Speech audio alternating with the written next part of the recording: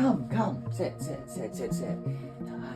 I know you've been telling me that you figured it out, Deltarune. It all makes sense, right? You know, it's all simple. Des is the knight. The weird route is us trying to break the prophecy, save Noelle, that sort of thing. I get it. But something's not adding up. What about Undertale? How does that relate? I know people want to think Deltarune's its own thing, but Toby said that in order to understand Deltarune, you would be expected to have completed Undertale. How does that work? And why does that... That one NPC in Chapter 5 specifically says gold. That's where Gaster is. Sit down, please. I need you to hear this. And I'm gonna stop talking in character because this is already getting really, really cringe. And I know that all the Deltarune fans are already theater kids, but this might be a little bit too much even for them. So Deltarune, right? Chapter 5 specifically. Well, we're talking about Deltarune in general, too. Okay? Most of it centers around our little buddy boy, Asgore, right? You know, we get Asgore's story. We learn all about the flowers and everything that he was caring for.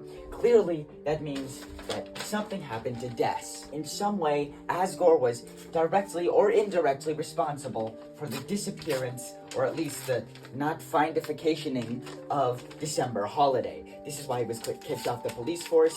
This is why he's, you know, the families fell apart, why Toriel divorced him, that sort of thing. It is odd that, the mayor would suddenly just get the guy who lost her daughter to do their plumbing, but, you know, whatever. The point is, Des is obviously the knight. That's very clear at this point. That's just 100%. There's no other way. If Des isn't the knight, that's an insane plot twist. But this isn't the interesting part. I think we know this. For the first time in Deltarune's history, I think we know everything there is to know about Des. I think we know everything there is to know about Asgore, about the knight, about all of that. Clearly, at some point, when Des and the gang were hanging out, they opened the Dark World, Des got trapped, Asgore rushed in, saw it, but wasn't able to figure out what was going on, because Dark World, how would you do that as a police chief? So, what he did is he just got kicked off the police force, and now in Chapter 5, he's trying to prove that the Dark Worlds were real, to try and prove that Des wasn't his fault. That's all clear. And obviously, something's happening with the knight. Carol's trying to turn the knight back into Des or something like that. Maybe Toriel's involved too, because of the whole thing where maybe it was Toriel's fault from Chapter 3. But that story isn't what I'm interested in. Because I don't think that's real. Hear me out on this one. With the one, the only... It's alright, guys. We're all Undertale fans here. We're all Deltarune fans. We knew he was coming. Gaster. Now we know that one way or another, Gaster is directly related and directly responsible for the creation of Deltarune. He's the one who gave us the survey program. He's the one who's introducing all of this stuff. He's the one who's, in theory, narrating a bunch of the stuff on the home screen. Gaster created Deltarune. But how much? Was it just that Gaster created us, right? Brought our soul into Deltarune to try some experiments? I don't think so. Because I don't think there is a Deltarune equivalent of Gaster. I think this Gaster is the one from Undertale. Allow me to explain. Clearly, whatever happened to Noelle, or whatever happened to Des, likely took place somehow, something to do with the bunker. I'm guessing that they all just went there to sneak around together, play D&D in an abandoned house, and then stuff got wild. Because of this, obviously, as anyone would when their sister goes missing, Noelle got a bit of the old depressode. And then we see in Chapter 5 that perhaps it was actually a bit of the old depressode. Because, believe it or not,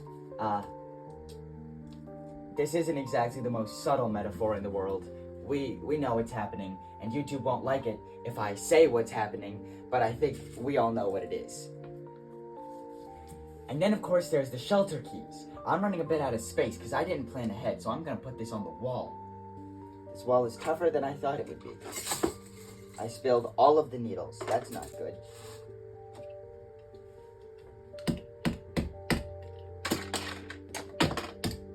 That's fine. Basically, we know that the bunker... My thread's already getting tangled. We know that the bunker is related to the codes, which are related to Noelle wanting to figure out, or at least escape, right? She wants to go away. Die. And we know that somehow Chris, right here, doesn't necessarily want this to happen, right? Because Chris holds Noelle's head above the water, tries to save them. Because this is the alternative route, which is why I'm gonna move this thread. That's right, get reverse direction, idiots. Because I think that this relates directly to the red thread. You sort of see where I'm going with this. There's two layers to Deltarune. There's our blue and green and purple thread, and then there's our red thread. Now the blue and green and the purple thread, right? That's all making sense so far. There's some things that we can theorize about, right? Like exactly how the Dark World was opened, exactly what the mayor is going to do or whatever. But that's because that's the main story. That's the story that was created. But then there's things like the Eggman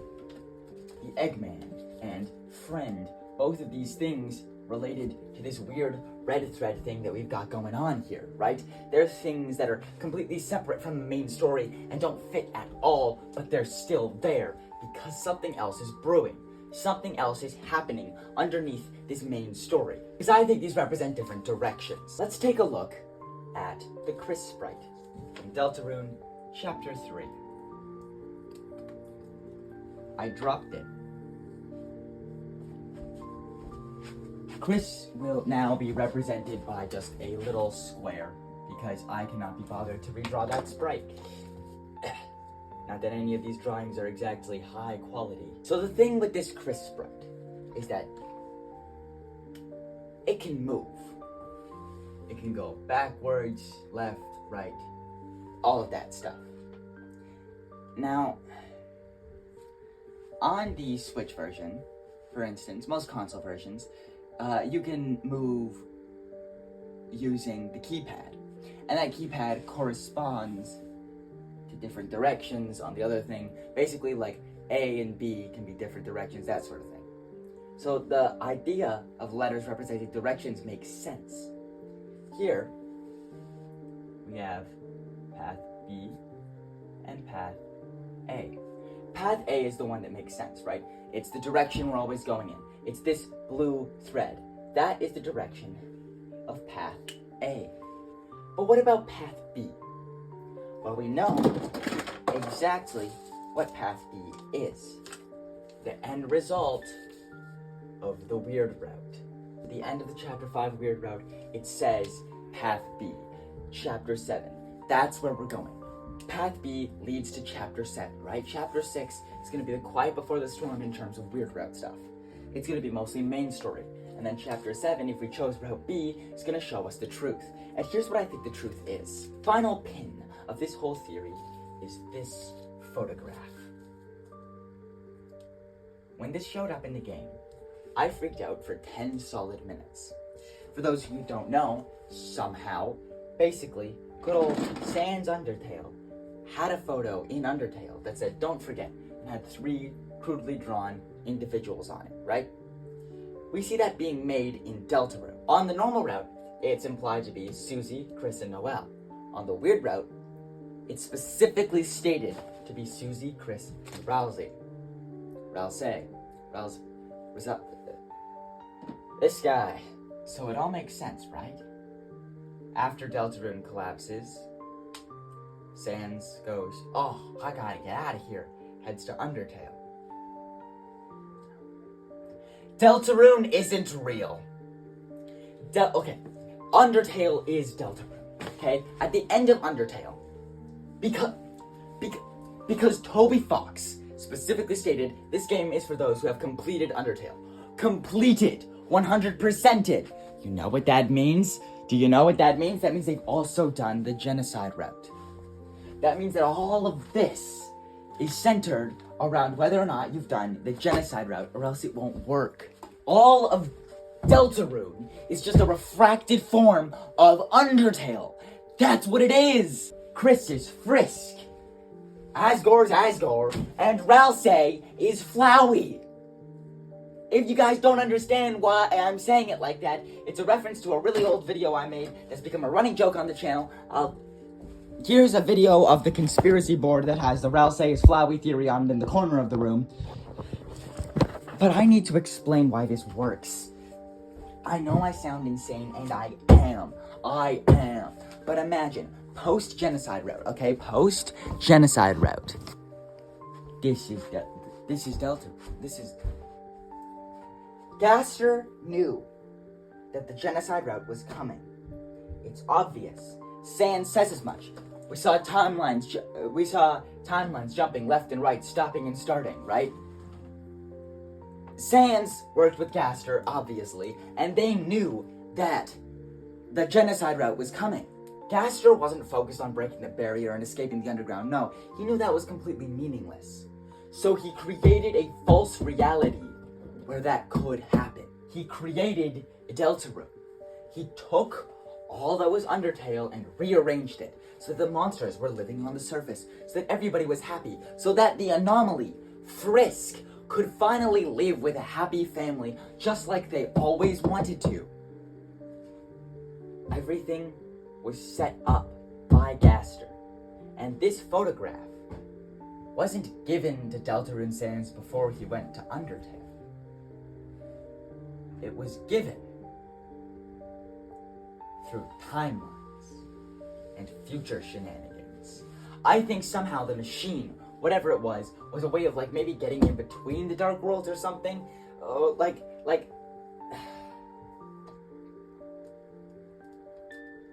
I think I'm insane. I do. I can't explain why this makes sense, but I think you realize why it does. The main story is not the point. The point is this, and this, and this.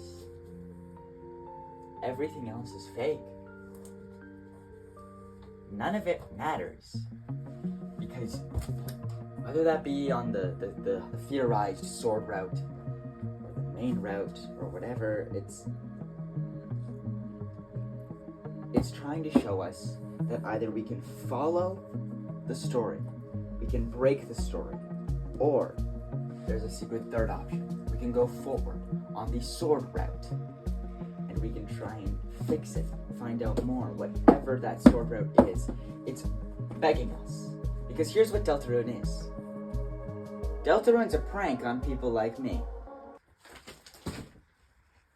People who will sit here for hours on end theorizing. Toby Fox understands that that's what happened with Undertale, right? It was one of the first games alongside things like FNAF and what's one people theorize about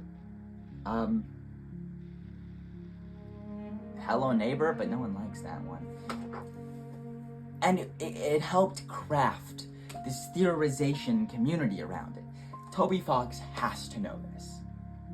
So what I think is happening is he's baiting us with all these other stories.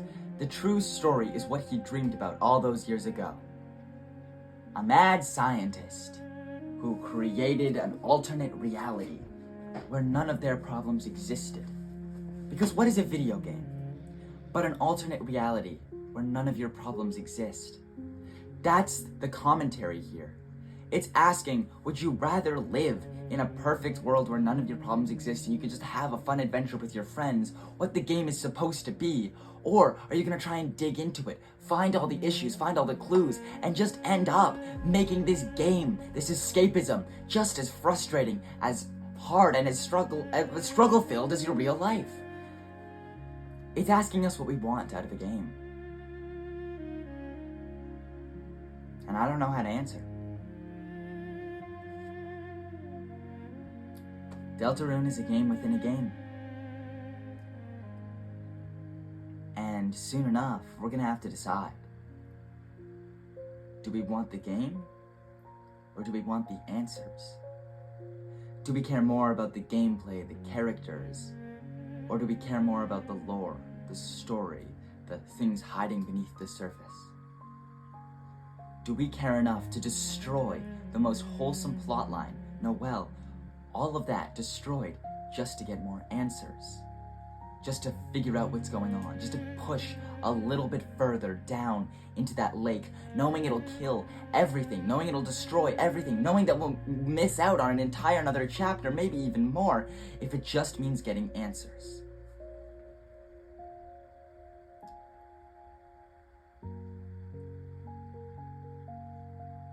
And I know I will. I'm not proud to admit it, but I know I will. The characters and story of this game hit home in so many ways for so many people. So, if you're here because you want answers like me, I'm begging you, get out while you can. I'm gonna try and swim up against the lake out of the current, but I don't know if I'll be able to. Because at the end of the day, if we dive deep enough into this, we're just gonna drown. But if we stay on the shore, stay on the beach, stay with the people that we're there to see, then we'll get the story we want, the game we want. The game that improves us as people, doesn't just give us answers to questions that never really existed.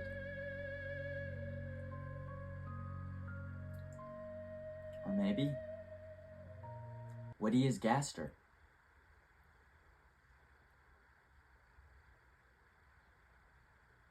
Who knows at this point?